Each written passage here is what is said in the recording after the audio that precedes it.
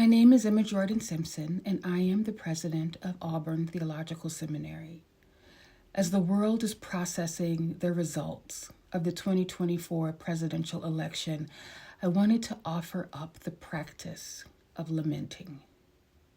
It's a passionate expression of grief and sorrow. It's an age-old and holy way of expressing pain.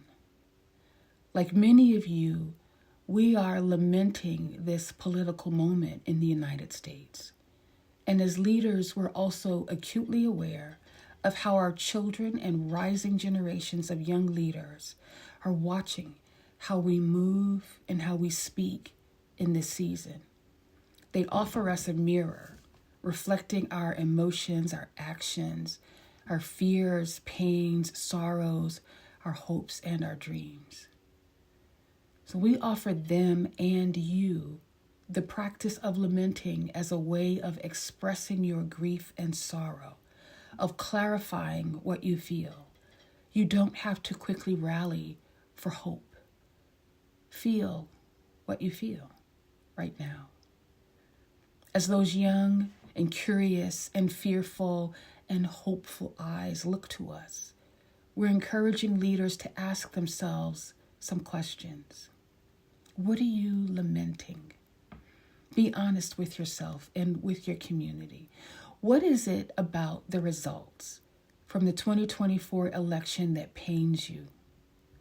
What world were you longing for that you thought might be a possibility with this election?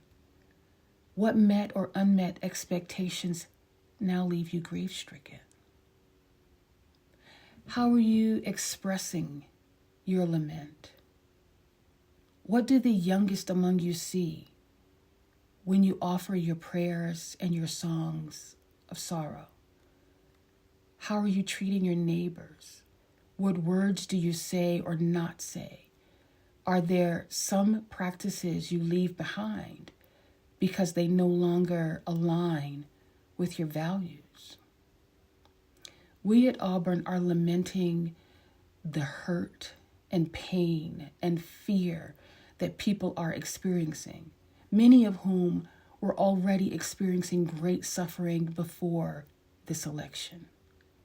We're lamenting that fear-mongering and scapegoating are alive and well.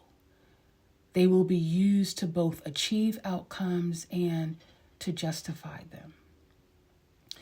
We are lamenting that for so many people, a healed world, a healed future seems impossible. And we've been here before, and it doesn't make it any easier. We offer you this reflection, these words from Howard Thurman, found in Jesus and the Disinherited.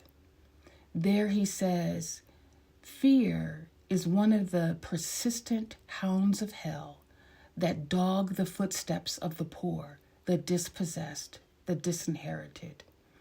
There is nothing new or recent about fear. It is doubtless as old as the life of humanity on the planet. Fear of many kinds, of objects, fear of people, fear of the future, fear of nature, fear of the unknown, fear of old age, of disease, and fear of life itself.